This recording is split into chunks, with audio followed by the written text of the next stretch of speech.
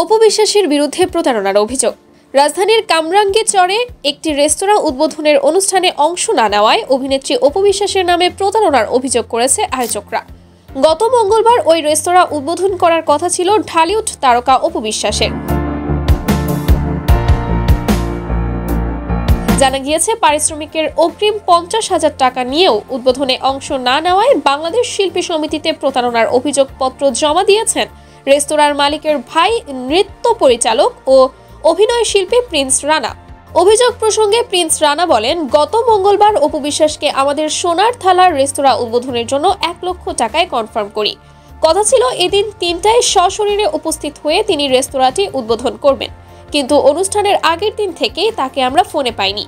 শেষ পর্যন্ত অপু বিশ্বাসের নাগাল না পেয়ে তাকে ছাড়াই রেস্তোরাঁ উদ্বোধন করা হয়। উদ্বোধন শেষ হওয়ার 1.5 ঘন্টা পর অপু বিশ্বাস ফোন দিয়ে জানতে চান কোথায় আসবেন। তখন তাকে বলি, আমাদের অনুষ্ঠান এরই মধ্যে শেষ, আপনি 50,000 টাকা ফেরত পাঠান। তবে উল্টো তিনি বাকি 50,000 টাকা দাবি করেন। তিনি বলেন, কামরাঙ্গীরচর সোনার থালা উদ্বোধন করতে আসবেন এমন একটি ভিডিও বার্তা দিতে বললেও তিনি সহযোগিতা করেননি। তার না আসায় আমাদের অনেক ক্ষতি হয়েছে, যে কারণে আমাদের টাকা ফেরত পেতে শিল্পী সমিতির সহযোগিতা চেয়েছি।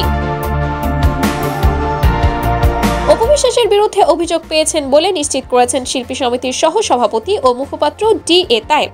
অভিযোগের বিষয়ে গণমাধ্যমকে অপু বিশ্বাস বলেন, আসলে কামরাঙ্গীরচরের সেই অনুষ্ঠান নিয়ে ইতিমধ্যে অনেক কিছুই হয়ে গেছে, তা সবারই জানা।